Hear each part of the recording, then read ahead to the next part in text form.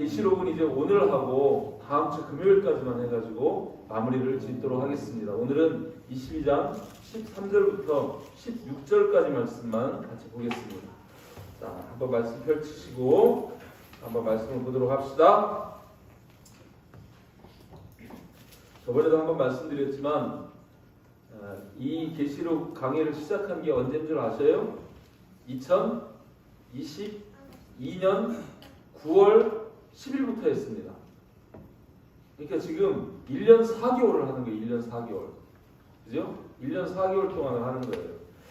자, 요한계시록 22장 13절부터 16절까지 우리 한 목소리로 같이 공독합니다. 자, 시작. 나는 알파와 오메가요 처음과 마지막이요 시작과 마침이라. 자기 두루마기를 빠는 자들은 복이 있으니 이는 그들이 생명나무에 나아가며 문들을 통하여 성에 들어갈 권세를 받으려 함이로다. 개들과 점술가들과 음행하는 자들과 살인자들과 우상 숭배자들과 및 거짓말을 좋아하며 지어내는 자는 다 성 밖에 있으리라. 나 예수는 교회들을 위하여 내 사자를 보내어 이것들을 너희에게 증언하게 하였노라. 나는 다윗의 뿌리요 자손이니 곧 광명한 새벽별이라 하시더라. 아멘. 자, 앞에 우리가 천년왕국을 보고 지금 계시록 21장 2절부터 새 예루살렘 성이라는 말씀이 나와요. 거기에서부터 지금 천국의 모습을 지금 계속 보고 있는 겁니다. 새 하늘과 새 땅은 천년왕국이고 새 예루살렘 성은 천국이다 그랬습니다. 아멘. 그래서 이 새 예루살렘 성 천국에 대한 말씀을 보는데 이 천국은 특별히 어떤 곳이냐면 계시록 21장 3절 4절에서 말씀하는 것처럼 하나님이 우리와 함께 하시는 곳이에요. 친히 함께 계신 곳이에요. 대면에서 보는 곳이에요. 그래야 천국이지 않습니까? 그죠? 그리고 그곳에는 특징적으로 뭐가 없는 곳이냐면 사망이 없는 곳이에요. 사망. 그죠? 하나님이 친히 계셔서 자기 백성들의 눈물을 닦아주시고 또 사망이 없고 애통하는 것이나 곡하는 것이나 아픈 것이 없는 곳, 그곳이 천국입니다. 특별히 천국을 그렇게 이제 표현을 하는 거예요. 자, 그런 천국을 봐오면서 지난주에 계시록 22장 8절부터 13절까지 말씀을 통해서 우리가 보았던 세 가지 명령과 세 가지 약속이 있었다 그랬죠? 세 가지 명령은 뭐냐면 첫 번째로는 하나님께만 경배하라. 하나님께만 경배하라. 어떤 피조물에도 경배하지 말고 하나님께만 경배하라. 굉장히 중요한 겁니다. 아멘. 하나님을 최고로 사랑해야 합니다. 두 번째로는 뭘 말씀하셔요? 이 예언의 말씀을 봉합하지 말라는 거예요. 열어두라는 거예요. 아멘. 이것은 무슨 말이냐면 이 계시록의 말씀을 이제 전하라는 거예요. 알리라는 거예요. 알려주라는 거예요. 그리고 마지막 하나는 그대로 두라. 이건 뭐냐면 더 이상 없다. 끝이다.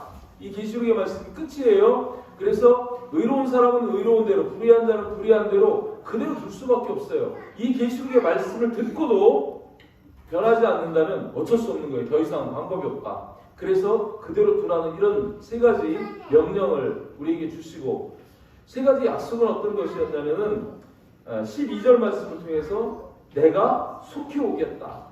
그죠? 그리고 나한테는 줄 상이 있다. 두 번째가 상이 있다. 나는 상을 줄 것이다. 그런데 그 상을 주는 조건은 뭐냐면 그가 행한 대로 상을 주신다. 각 사람에게 그가 행한 대로 상을 갚아주신다. 이런 말씀을 했습니다. 자, 오늘은 말씀의 제목이 예수님의 약속의 말씀이라는 이런 제목으로 말씀을 나눌 건데, 첫 번째로 13절 말씀에 보면 예수님이 다시 자기를 소개하는 그런 말씀이 나오죠. 에고 에이미.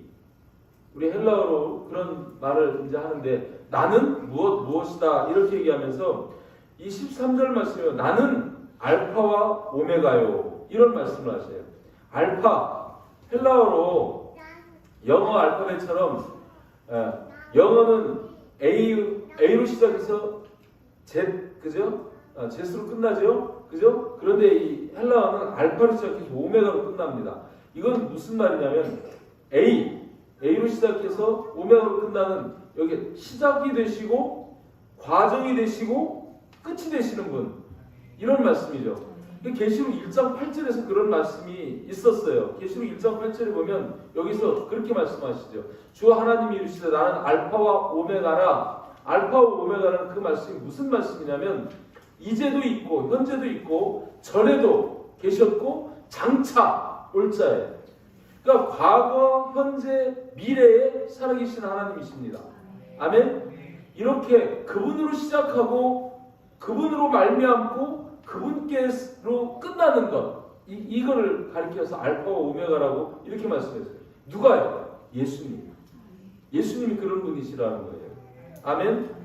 이렇게 말씀하시고 또 처음과 마지막, 처음과 마지막이라고, 창조하시는 처음이고 심판하시는 마지막이 되시는 분도 예수님이시라는 거예요. 아멘. 이 말씀도 계시록 1장 17절 또 2장 8절에서 그런 말씀이 나오고요. 또 세 번째로 말씀하는 게 비슷비슷한 말씀인데 시작과 마침이라고 이렇게 말씀해요. 우리가 이 앞에서 봤던 계시록 21장 6절에서도 예수님이 알파와 오메가 또 처음과 마지막이라는 그런 말씀을 하셨는데, 자, 이렇게 말씀하실 수 있는 분은 하나님밖에 없습니다. 사람이 그렇게 얘기할 수 있을까요? 어떤 누가 나는 알파와 오메가라고, 그죠? 그리고 처음과 마지막이라고, 시작과 마침이라고, 이거를 이렇게 얘기할 수 있는 존재가 어디 있겠습니까? 이런 말씀의 의미를 우리가 깨닫는다면, 그죠? 하나님만이, 오직 예수님만이 하실 수 있는 그런 말씀이라는 거예요. 그런데 왜 이 말씀을 계시록 1장에서도 말씀하시고 또 2장에서도 말씀하시고 여기에서도 말씀하시고 이 앞에 21장에서도 말씀하시고 이런 말씀들을 왜 이렇게 중간중간 자주 반복하실까? 그 이유는 뭐냐면 나는 그런 존재로서 이 계시록에 기록된 이 모든 말씀을 반드시 이루어야 말 것이라는 의지적인 표현인 거예요. 아멘? 이 계시록의 말씀은 내가 그런 존재로서 반드시, 이건 내가 전하는 이야기이기 때문에 이건 반드시 이루어진다는 그런 의지적인 그런 강력한 표현이다, 이렇게 볼 수 있는 겁니다. 중간중간 그렇게 자기 자신을 그런 존재로 말씀하시는 거예요. 자, 계시록 1장 1절에서도 보면 시작할 때부터 이렇게 말씀하십니다. 예수 그리스도의 계시라. 누구의 계시라고요? 예수 그리스도의 계시. 예수 그리스도의 계시인데 이는 하나님이 그에게 주사, 그 다음이 중요해요. 반드시 속히 일어날 일들이라고 말씀하시죠.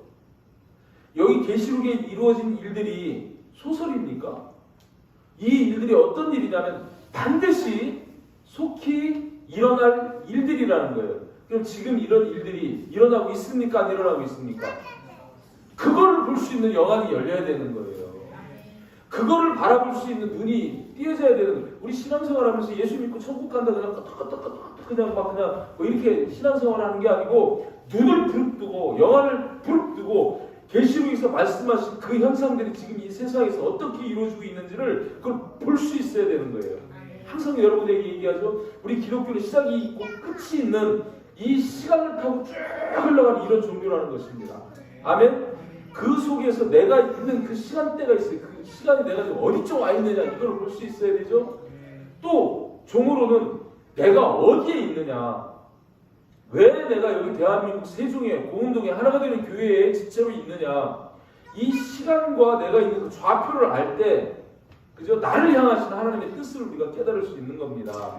아멘. 그래서 그 주의 뜻대로 우리가 신앙생활을 할 때 그것이 최고의 신앙생활이 되는 거예요. 아멘. 그래서 이 시대를 알아야 됩니다. 주님이 말씀하셨으니까 그 말씀하신 것들을 우리가 바라보면서 영이 깨어 있어야 된다는 거예요. 시대를 분별하고 깨어서 주님 맞을 준비해라. 그게 신부단장 아닙니까? 아멘. 그런 저와 여러분이 되기를 주님의 이름으로 축복합니다. 여기서 이렇게 반드시 속히 일어날 일들이라고 말씀하시고 계시록 22장 6절에 보면은 또 그가 내게 말하기를 이 말은 신실하고 참된지라. 이 계시록의 말씀은 신실하고 참되다는, 거짓이 없어요. 이 말씀은 신실한 말씀이에요. 그래서 이게 무슨 말씀이냐면 곧 선지자들의 영의 하나님이 그의 종들에게 반드시 속히 되어질 일. 아까는 위에서는 그죠? 반드시 속히 일어날 일이라고 말씀하시고 여기에서는 속히 되어질 일. 그러니까 하나님이 이루실 일, 일어나는 일, 하나님이 이루실 일을 보이시려고 그의 선사를 보내셨다는 거예요. 아멘. 이 계시록의 말씀을 신실을 하고 반드시 속히 일어날 일이며 반드시 속히 되어질 일인 것입니다. 아멘. 이걸 모르고 신앙생활 한다 그러면요, 이건 좀 문제가 있는 거예요. 방향성이 없는 거예요. 여기서 그래서 그거를 강조하기 위해서 나는 알파와 오메가요, 처음과 마지막이요, 시작과 마침이라고 곳곳에서 그것을 말씀하시는 겁니다. 그분이 시작하셨고 그분이 종결 짓는다는 거예요. 아멘. 이 사실을 꼭 기억하시기를 바랍니다. 결론이 뭐예요? 계시록 말씀은 그대로 성취되는 것이다. 아멘. 이 사실을 꼭 기억하시기를 바랍니다. 그러므로 우리들은 뭐냐면 계시록 22장 7절에서 말씀했던 것처럼 보라 내가 속히 오리니 이 두루마리의 예언의 말씀을 지키는 자는 복이 있다. 지키는 자가 되어야 된다는 거예요. 아멘. 지키는 자는 복이 있다. 이 예언의 말씀을 지키는 자는 복이 있다. 마지막 시대 복이 있는 자는요, 그거예요. 이 예언의 말씀, 계시록의 말씀, 이것을 모르는 사람들은요, 내가 배도하면서도 배도하는지도 모르고 우상을 섬기면서도 우상 섬기는지도 모르고 또 마지막에 짐승표를 받으면서도 그게 짐승표인지도 모르고 그렇게 되는 거예요. 근데 여기서 분명하게 말씀하시기 때문에 그것이 무엇인지를 분명하게 가르쳐 주셨기 때문에 우리가 이것을 보고 철저하게 구별되는, 그래서 소속이 분명히 주 안에 주께 속한 그런 존재가 되어야 된다는 겁니다. 한 발이라도 마귀에 속한 쪽으로 흘러가면 큰일 나는 거예요. 대책이 없는 겁니다. 그대로 두라는 거예요. 이미 다 말씀하셨으니까 깨닫고 우리는 끝까지 정말 주님을 맞이하는 주님의 거룩한 신부들이 되시기를 주님의 이름으로 축복합니다. 두 번째 14절에서 말씀하시는 게 있죠. 뭐래요? 14절에서 자기 두루마기를 빠는 자들은 복이 있으니. 두루마기가 뭔지 알아요? 우리 젊은 친구들은 두루마기가 뭔지 잘 모르지. 옛날에 조선시대에 이렇게 양반들이 옷을 입잖아요. 그러면 이렇게 이제 우리 양복 입는 것은 짧은 이렇게 옷을 속에 입고 겉에 이렇게 발 있는 데까지 내려오는 그 겉옷을 이렇게 입는 그걸 두루마기라고 그렇게 이야기를 해요. 그래서 대표적으로 이 두루마기는 겉옷입니다. 이 두루마기를 빠는 자들이 복이 있다는 거예요. 무슨 복이에요? 그 뒤에 말씀하신 이는 그들이 두 가지를 얘기합니다. 생명나무에 나아가며. 생명나무는 뭘까요? 생명나무 하면 여러분 뭘 떠올려야 돼요? 예수님입니다. 예수님이 생명나무입니다. 이 생명나무에 나아가며 문들을 통하여 성에 들어갈 권세를 받으려 함이라. 이렇게 말씀하는데 이 문이 새 예루살렘에 문이 몇 개든가요? 문이 몇 개 있어요? 12개 있죠. 이 12문 위에는 어떤 이름들이 있었어요? 네? 공부들 잘 하셔야 돼. 이스라엘 12지파의 이름이 있었죠. 12기초 속에는 어떤 이름이 있었어요? 12사도의 이름들이 있었습니다. 그죠? 그 진주문, 천국문, 그 문을 통해서 새 예루살렘 성에 들어갈 수 있는 권세를 받으려고 뭐 한다는 거예요?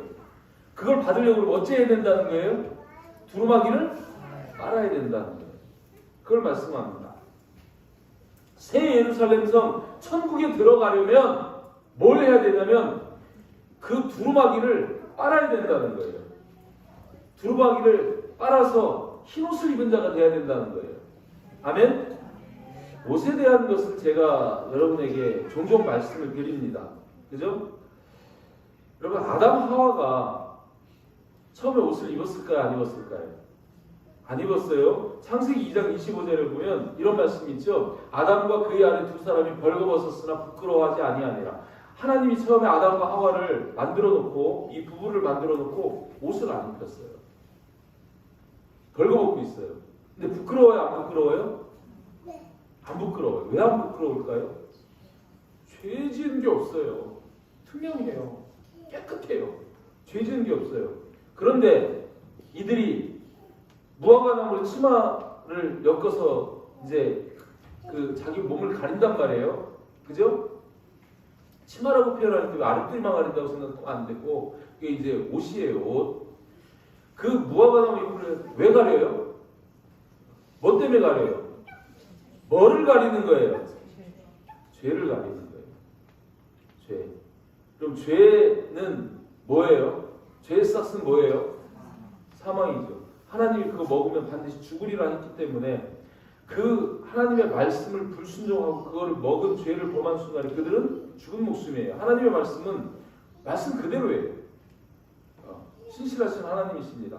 근데 죄의 싹은 사망이에요. 그 사망이 오니까 어떻게 돼요? 죽음 앞에서 두려워하게 되죠. 그래서 창세기 3장 21절 보면, 이 말씀이 아니라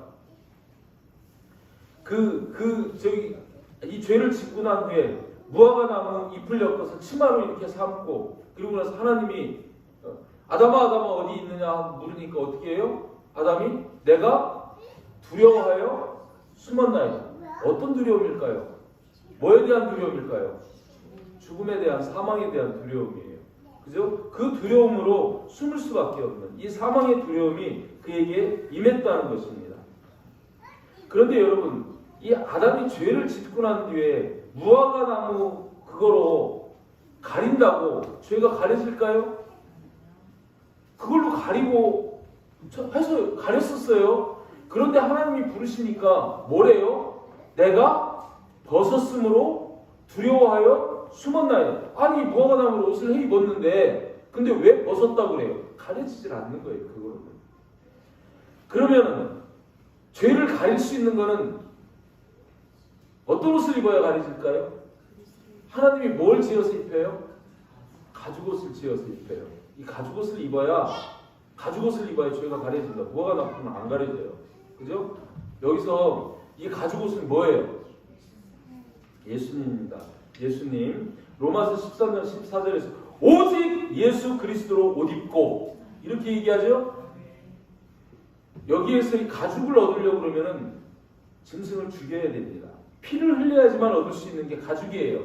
그 짐승의 생명을 그죠? 죽여야 그래야 얻을 수 있는 게 이 되기 때문에 죄의 삭시 사망이니까 대신 짐승을 죽여서 재물을 죽여서 그리고 나를 살리겠다는 하나님의 의지적 표현이 가죽옷입니다. 근데 이게 다 옷으로 나와요.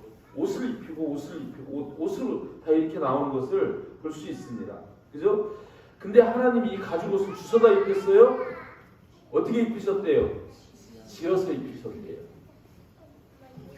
하나님이 가죽옷을 어디서 얻어다가 입힌 게 아니고 그냥 주워다 입힌 게 아니고 그를 살리기 위해서 이 가죽옷을 지으셨어요. 예수 그리스도를 보내셔서 십자가에 달리도록 하셨어요. 그 과정을 거쳐가지고 구원하실 것을 이렇게 성경은 정말 참 신기해요. 1500년 동안 40명이 넘는 여러 나라에 있는 사람들이 기록을 했는데 어쩌면 이렇게 앞뒤가 착착 들어맞는지 몰라요. 그래서 성경은 하나님이 기록하신 겁니다. 하나님의 감동을 받은 사람들이 그저 하나님이 말씀하신 걸 받아 썼을 뿐이에요. 그죠? 정말 그렇습니다. 자, 이렇게 예수 그리스도를 믿는 것은 한마디로 얘기하면 예수 그리스도로 옷 입는 것이다. 맞아요? 틀려요? 맞습니다. 맞습니다. 예수 그리스도를 우리가 믿는다는 것은 예수 그리스도로 옷을 입는 거예요. 근데 여러분 옷을 입으면 겉옷만 입어요? 속옷도 입어요? 속옷도 입죠? 속옷 안 입는 사람 있어요? 제가 말씀드려요. 속옷은 뭡니까? 뭐라 그랬어요? 믿음이에요. 속옷은 믿음이에요. 믿음의 속옷이에요. 겉옷은요? 행실의 속옷이에요. 순종의 속옷이에요. 그래서 이 믿음은 순종과 한 짝이에요. 이게 같은 모습으로 그렇게 말씀하는 겁니다. 믿음의 속옷을 입었다면 행실의 겉옷도 입어야 되는 거예요. 아멘? 근데 여러분, 예수 그리스도로 옷 입었으면 그 옷을 더럽히지 말아야 하는데 여러분 옷을 안 더럽힐 수 있습니까? 더럽힐 수밖에 없어요. 그런데 우리 앞에 7교회에 대한 말씀을 할 때 사대교회에 이런 말씀을 계시록 3장 4절에 보면 이런 말씀합니다. 그러나 사대 그 옷을 더럽히지 아니한 자 몇 명이 있어 흰옷을 입고 나와 함께 다니리니 그들은 합당한 자인 연고라. 이게 무슨 말이냐면 여기에 그 옷을 더럽히지 아니한 자가 합당한 자다. 그 말씀이죠? 여러분 이 옷을 더럽히면 돼요? 안 돼요? 안 됩니다. 근데 안 더럽혀질 수 있어요? 안 더럽혀질 수는 없어요. 근데 더럽히면 안 돼요? 어렵죠? 이 옷을 더럽히면은요 예수님 신부가 안 됩니다. 그래서 계시록 19장 8절 말씀도 그에게 빛나고 깨끗한 세마포 옷을 입도록 허락하셨으니 세마포 옷을 이 두루마기 흰 옷 이거 성경에서 다 세마포 옷으로 나옵니다. 세마포 옷을 입도록 허락하셨으니 이 세마포 옷은 뭐래요? 성도들의 옳은 행실. 그래서 이 겉옷은 뭐라고요? 행실이라는 거예요. 속옷은 믿음이라는 거예요. 이 출애굽한 뒤에 하나님께서 성전을 이제 성막을 짓게 하시고 거기에 이제 제사장들을 세우고 할 때 이 제사장들에서도 제사장은 반드시 속옷을 입게 하죠. 그죠? 하체를 드러내면 안 되는 거예요. 속옷을 입게 그렇게 하는 것을 볼 수 있는데 이 흰 옷이 여기 앞에 3장 4절에 있던 내게 있어 흰 옷을 입고 한 이 흰 옷이 세마포 옷입니다. 이 세마포 옷이 바로 성도들의 옳은 행실이다. 이렇게 이야기하면서 이 흰 옷을 입은 자가 내게 합당한 자라고 이렇게 말씀하셔요. 그죠? 이 성도들의 옳은 행실이라고 할 때 이 옳은 행실을 여러분들은 착한 행실이라거나 성경에서 얘기하는 선한 일, 옳은 행실 이런 것들은 세상 윤리 도덕적인 그런 것을 말씀하는 게 아니다 그랬습니다. 그렇게 하면 선할 사람 하나도 없어요. 옳은 행실로 나갈 사람 하나도 없어요. 여러분 옷이 더럽혀졌으면 어떻게 해야 돼요? 두루마기가 더럽혀졌으면 어떻게 돼? 어떻게 하래요? 빠르다. 그 두루마기를 빠른 자들이 복이 있다. 이 말씀이 그래. 내 두루마리는 언제든지 더럽혀진다. 더럽혀지면 빨면 되는 거다. 우리는 빨 수 있는 게 있다. 그죠? 14절에 자기 두루마기를 빠는 자들은 복이 있으니. 이거 무슨 말씀? 이 두루마기가 행실이라면 행실을 빤다는 것은 회개한다는 거예요. 그죠? 회개하라. 천국이 가까이 왔느니라. 회개하면 되는 건데 회개할 때 무엇을 의지해서 회개하고 이 두루마기를 빨 때 무엇으로 빨아야 되냔 말이에요. 뭘로 빨아야 됩니까? 예레미야서 2장 22절에서 이런 말씀이에요. 주 여호와의 말씀이니라 내가 잿물로 스스로 씻으며 내가 많은 비누를 쓸지라도 내 죄악이 내 앞에 그대로 있으리니.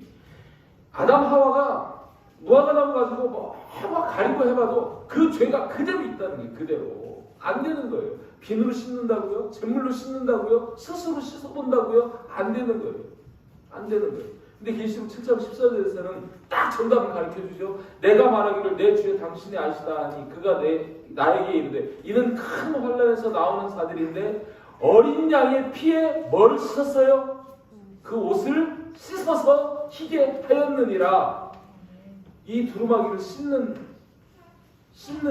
그거는 잿물이 아니고 비누가 아니고 오직 어린 양의 피에 그 옷을 씻으면 희게 되는 줄 믿습니다.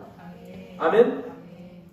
어린 양의 그 피로 겉옷을 두루마기를 씻어야 된다는 거예요. 속옷은 씻어야 될까요? 안 씻어야 될까요? 속옷은요 안 씻어도 돼요. 안 씻어도 돼요. 우리가 예수를 믿는 순간에 우리는 예수 믿으면 구원 얻죠? 구원이라는 것은요 여러분 이 두 가지입니다. 죄 문제가 해결돼야 구원이죠. 죄는 두 가지죠. 원죄와 자범죄가 있습니다. 원죄 자범죄를 주님이 십자가의 그 보혈로 다 용서해 주시면 우리가 십자가의 대속을 믿어버리는 거니까 그 대속을 믿는 건 원죄만 자범죄까지 대속하는 걸 믿는 거예요. 그걸 믿었지만 그래서 우리가 구원을 받았지만 한 번 믿었다고 해서 우리의 행실이 그 뒤로 정말 예수님처럼 하나님처럼 거룩하게만 살 수 있느냐? 육신을 갖고 있는 동안에는 불가능합니다. 계속 죄를 짓습니다. 그러니까 주님도 그 죄를, 그 행실을 어떻게 하래요? 빠르라는 거예요. 어디에다요? 예수 그리스도의 십자가 보혈에 빠르라는 거예요. 여러분,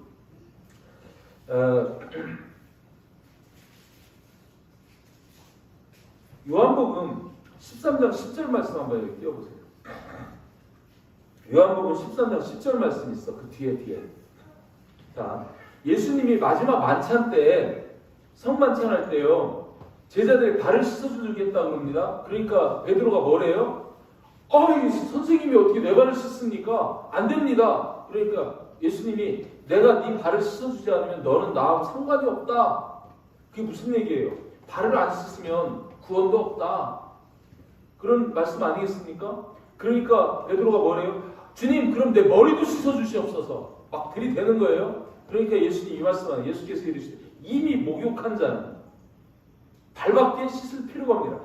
발을 씻어야 된다는 거 안 씻어야 된다는 거예요.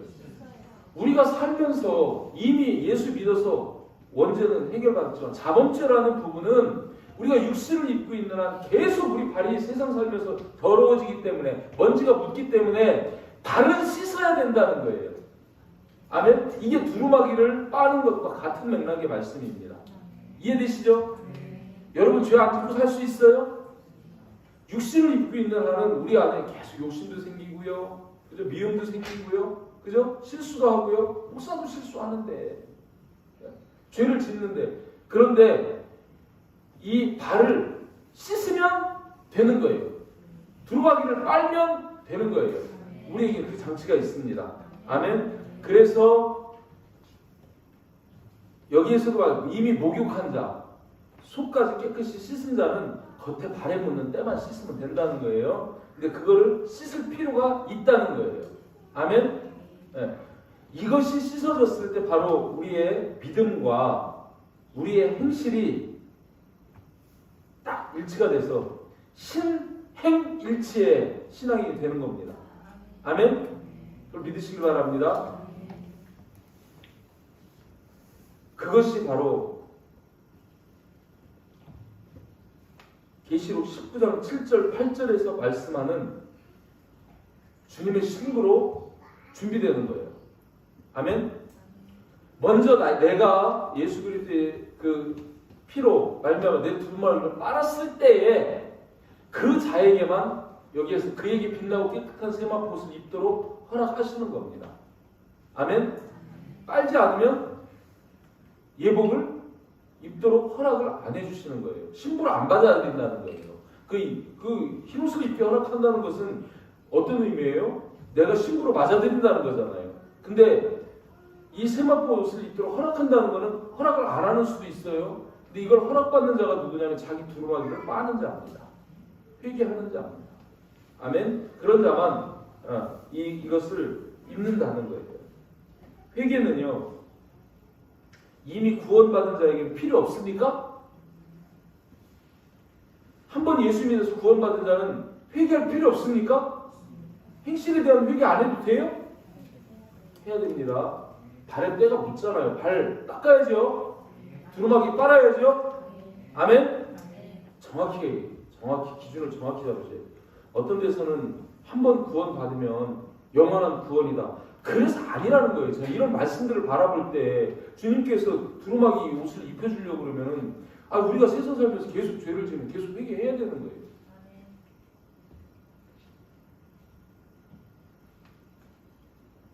결론은 뭐예요? 이렇게 자기 두루마기를 빠는 자들이 복이 있다. 성경에서 말씀하신 복은 천국입니다.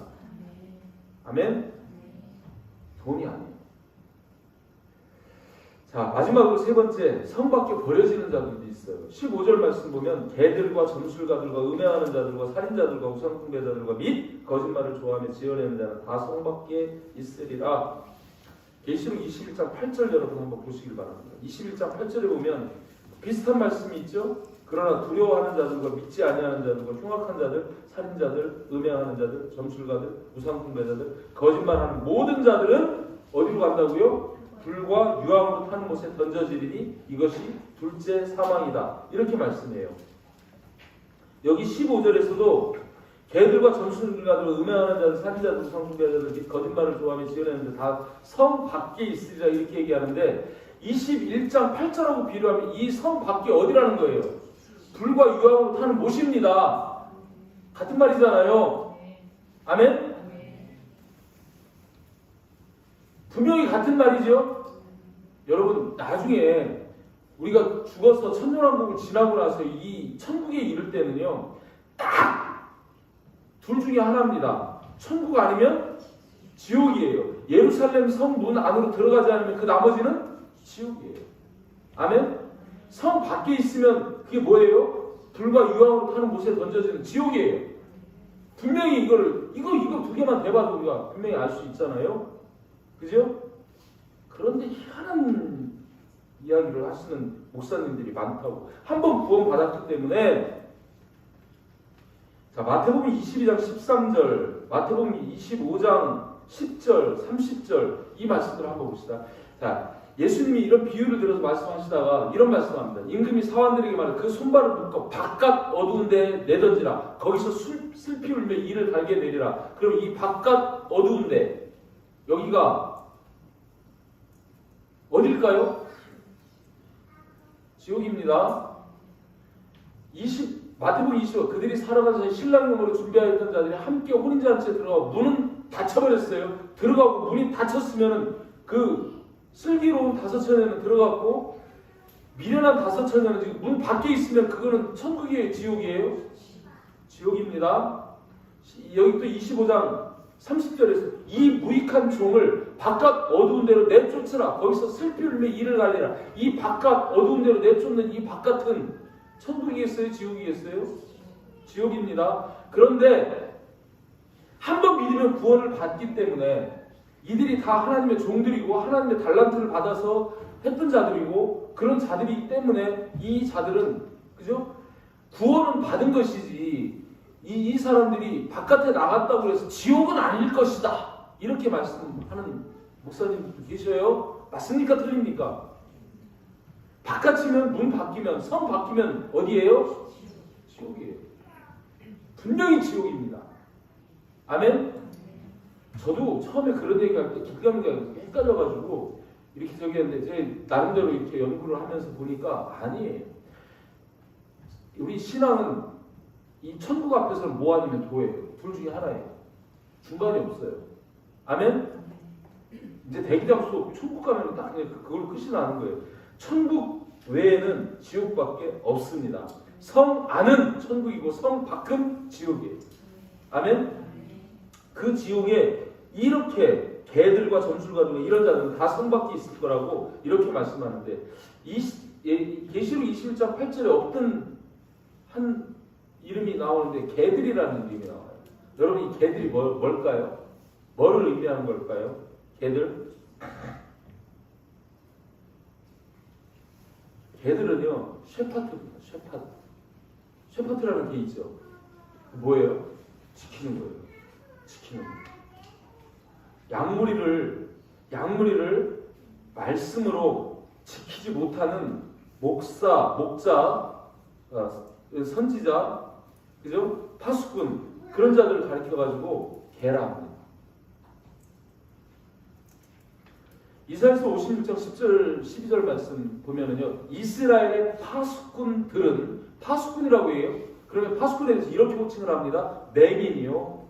파수꾼이 맹인이래요. 아니 파수꾼이 맹인이면 어떻게 앞을 못 보면 파수꾼은 살펴야 되는데 그러면서 다 무지하며 벙어리 개들이래요. 누구를 가리켜서 하는 말이에요? 파수꾼을 가리켜서. 어떤 파수꾼이요? 이스라엘의 파수꾼입니다. 하나님의 백성인 이스라엘의 파수꾼을 가리켜가지고 벙어리 개들이라고 해요. 근데 왜 벙어리 개냐면 짓지 못하기 때문에. 짓지 않기 때문에. 또 다른 의미에서 잘못 짓기 때문에. 그러니까 하나님의 말씀을 그 말씀을 말씀 그대로 백성들에게 증거해주고 전하고 마지막 때면 마지막 때라고 주님이 가까이 오신다고 지금 회개하라고 선포해야 되는데 악한 종처럼 주님 오시려면 멀었어. 그러면서 이 계시록을 강의하는 저거 이단 아니야? 왜 저렇게 유별나? 2000년부터 오신다는 주님 안 오시는데 왜 저만 온다고 저렇게 그러는 거야? 왜 사람을 불안하게 하는 거야? 불안하게 하는 게 아니라 준비시키는 거지. 네?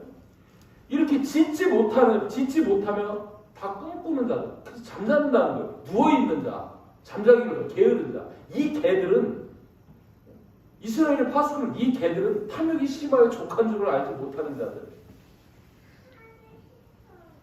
무슨 목사가 벼슬인 줄 알고 재산 모으고 큰 차 타고 막 이러면서 막 그냥 막 인기몰이 막 있죠? 탐욕에 젖은 그들은 몰지각한 목자들이라. 뭐라고요? 목자들이라고 아이가 옷을 딱 박아요. 성경에서 여러분 개들이라고 나오면은요 셰파드 목자들 이야기하는데 양을 지키는 목자들. 그런데 이런 목자들 어떻게 하는데요? 오라, 내가 포도주를 가져오리라. 우리가 독주를 잔뜩 마시자. 내일도 오늘같이 크게 넘치리라 하느니라. 맨날 좋은 날이다. 막 즐기자. 막 이러면서, 그죠? 마태복음 25장에서도 얘기한 것처럼 그 게으른 종들, 그죠? 악한 종 어떻게 해요? 주님이 더디 오리라 하여 동료들과 더불어 먹고 마시고 취하는 자입니다. 아멘? 그런 자를 가리켜서 개들이라고 얘기하는 거예요. 저는 개는 안 되고 싶어요. 그래서 개들이 점점 더 많아질 겁니다. 죄송하지만 세상에는 개들이 더 많아질 겁니다. 여러분 잘 보시길 바랍니다. 특별히 말세에 계시록을 증거하지 않는 종들은 직무유기하는 거예요. 엄밀한 의미에서 직무유기하는 거예요. 왜 그렇습니까? 이 예언의 말씀을 읽고 듣고 지키는 자가 복이 있다고 그러는데 읽어주지도 않고 들려주지도 않고 그러니 뭘 알아야 지킬 거 아니냐고요. 양들이. 끝에서도 1장에서도 그러고 마지막에서도 또 22장 7절에서도 그렇게 말씀하시잖아요. 이 예언의 말씀을 지키는 자가 복이 있다고 앞뒤로 도장을 팍팍 찍어가지고 얘기하는데 이 말씀을 증거해주지 않으면 도대체 하나님이 그죠? 이 16절 말씀에 보면 딱 그 말씀 아닙니까? 16절에서 주님이 이렇게 오늘 본문 말씀에 보면 나 예수는 교회들을 위하여 불신자들을 위해서가 아니에요. 마지막 때는 여러분 예수님의 관심은요 믿음을 지키는 자들을 항상 믿는 자가 믿음을 지키는 것을 관심을 갖는 거지 불신자들의 관심이 있는 게 아닙니다. 여기서 교회를 위하여라고 말씀하시는 건 그거예요. 왜 그러냐면 마지막 때는요 이 전도에도 안 돌아오는 사람들도 많거니와 그보다 더 중요한 게 뭐냐면 믿음을 지키는 거예요. 예수에 대한 믿음을 지키는 거예요. 이게 우리의 영적 싸움입니다. 아멘? 근데 허다한 사람들이 수많은 사람들이 이 마지막 때 육신의 이 죽음 그걸 두려워하고 그죠? 짐승표 안 받으면 거래를 못하니까 살겠어요? 얼마나 불편하겠어요? 그러니까 아닐 거야 라고 합리화시키고 받는 거예요 그냥.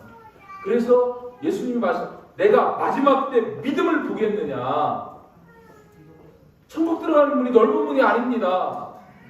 좁은 길입니다. 좁은 문. 아멘? 우리는 거기 들어가야 되는 거예요. 아멘? 그래서 힘들더라도 어렵더라도